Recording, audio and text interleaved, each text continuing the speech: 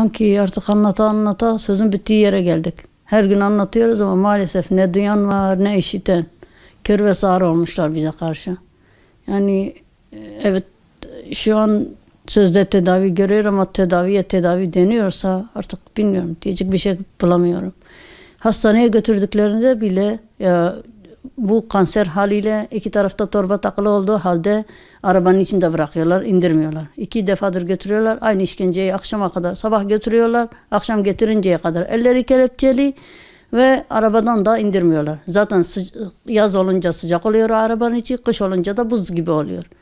Ve hiç yemek yiyeceği zaman bile o kelepçeyi açmıyorlar. Namaz kılmasına izin vermiyorlar. 2 defadır götürüyorlar, namaz kılmasına bile izin verilmiyor. Hatta diyor, ilk defa götüren komutan öbür komutana iyi bir şey yapıyormuş gibi diyor ki ben diyor öbür defa Hizbullahçıya namaz kıldırtmadım diyor. Namaz bile kıldırtmadım. Yani övüne övüne yaptıklarını da anlatıyor öbürüne. Yani böyle bir durumdayız. Hani bazen diyorlar 28 Şubat bitti ya da bitecek ya da, ama hepsi yalan. 28 Şubat daha şiddetli bir şekilde devam ediyor şu an. Ve Müslümanın içinde zulümler hiç bitmeyecek ve bilmiyorum artık. Şu anda cezaevinin kampüs hastanesinde, ben onun yanında refakatçi olarak kalıyorum. Evde zihinsel engelli oğlum var. O perişan oldu. İşte kaç aydır bu defa biz artık bu oğlum tamamen çok kötü oldu durumu. Hastaneye götürdük. Doktor ilaç ekledi, fayda vermedi. Sabah öğlen akşam ağrı kesici veriyoruz, fayda vermiyor. Yani buraya geliyorum, eşim orada perişan oluyor. Oraya gidiyorum, burada oğlum perişan oluyor.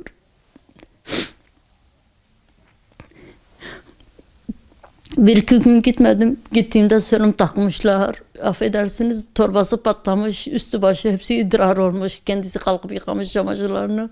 Yani artık perişan oldu o da.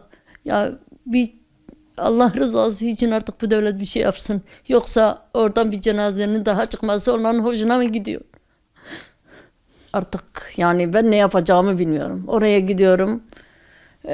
Oğlum perişan oluyor. Eve geliyorum. Eşim orada perişan oluyor. Artık yani bunu görsünler ve onun kaldığı oda inan ki buzdolabı gibi.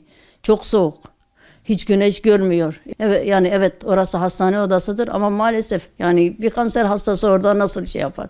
Ve şu an havalar iyi olduğundan petekleri çalıştırmıyorlar. Onlar da haklı. Yani bir yönden diyecekler havalar iyidir, nasıl çalıştıracağız? Ama odanın içi boz gibi. Yani artık bıraksınlar ya, en azından kalan günlerini çocukların içinde geçirsin.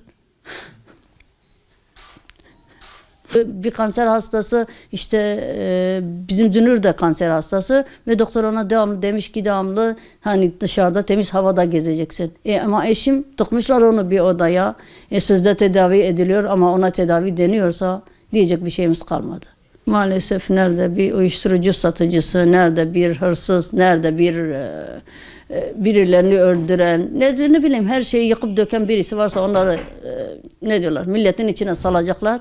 Ama bu ümmetin, bu milletin selameti için çalışanları içeride bırakacaklar. Eğer onları serbest bırakıp bu mağdur ve mazlumları içeride bırakacaklarsa bunların ahı onları yakalayacak. Hiç kusura bakmasınlar. Allah da ne diyorlar zalimlere ne diyorlar bunu bırakmayacak.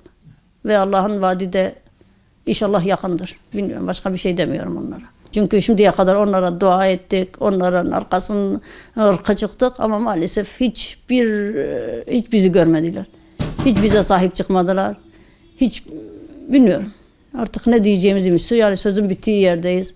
Ve yani gerçekten eşimin dosyasına ya bir defa olsun bakılsın, Allah rızası için bir defa bakılsın. Yani böyle ne diyorlar,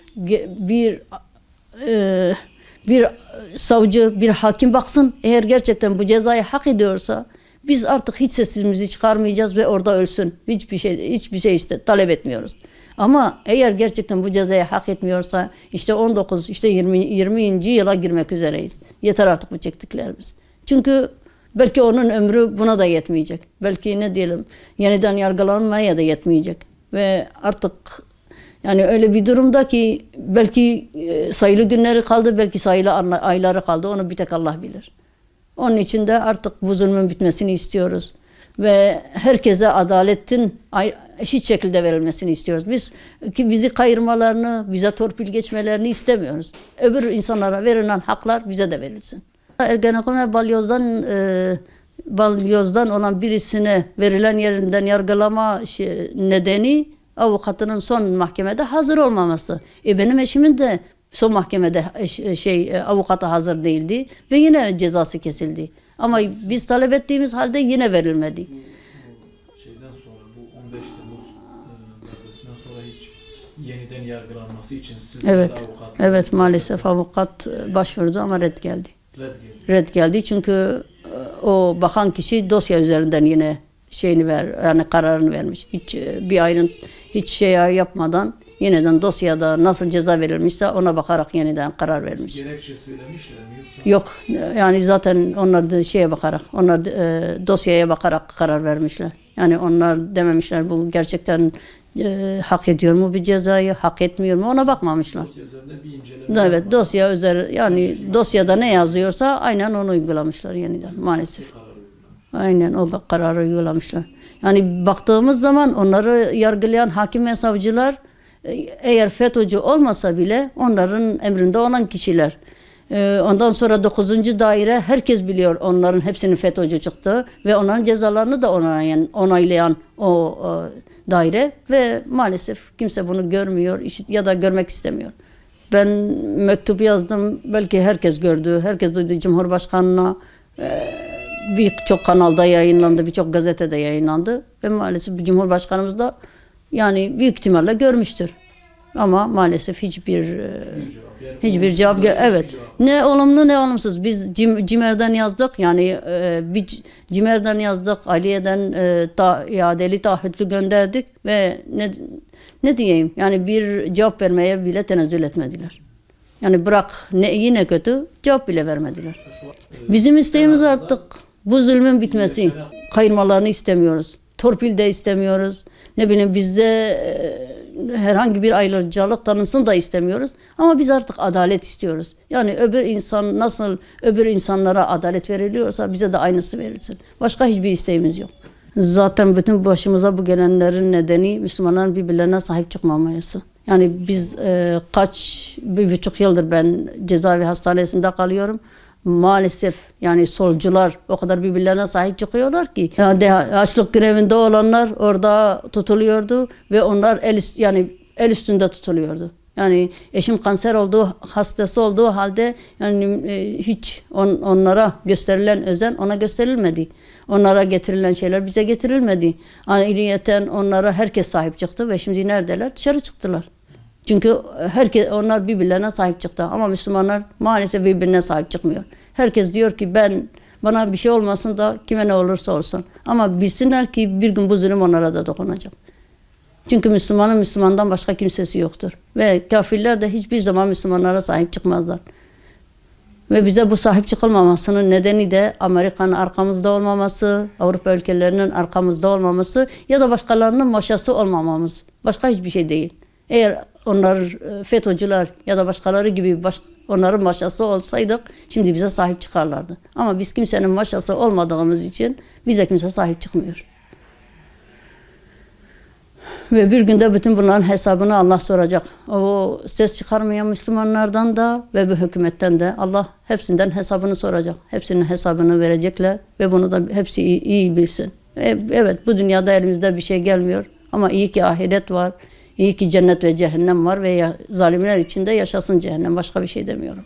Onun durumu da hemen hemen eşimle aynı durumda. Yani o evet kanser hastası değil ama hem yaşlı hem de yani kendine bakamayacak bir durumda. Böbreklerde taş var, göğsünde kitle oluşmuş. 2 defa fıtık ameliyatı oldu. Onlar kapanmamış. İkisi de daha su topluyor. Her hastaneye gittiğinde şırıngayla çekiyorlarmış. Fıtık ameliyatları da cezaevinde mi yapıldı? Evet, cezaevinde yapıldı ve ikisi de iyileşmemiş. Her zaman su topluyormuş ve her gittiklerinde çekiyorlarmış ondan.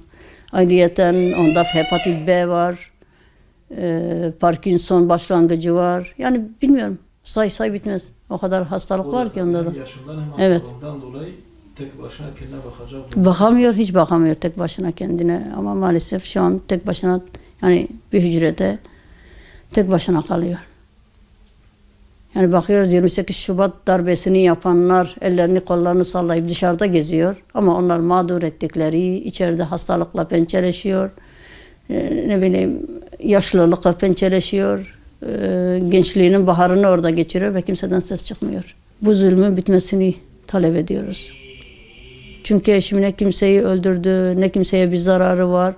Yani baktığımızda Apo binlerce kişiyi öldürtmüş bir kişi ama eşim hiç kimseyi öldürmemiş bir kişi ve aynı cezayı yemişler. Yani bu adalet midir? Eğer adaletse artık sesimizi çıkarmayacağız. Yani hiç kimseyi öldürmeyen bir kişiyle binlerce kişinin ölümüne sebep olan bir kişiye aynı ceza verilmiş. Ve buna da kimse ses çıkarmıyor. Yani bizim zorumuza giden o. Bu kalan günlerini ailesinin içinde ya da normal bir hastanede geçirmesi için artık serbest bıraksınlar.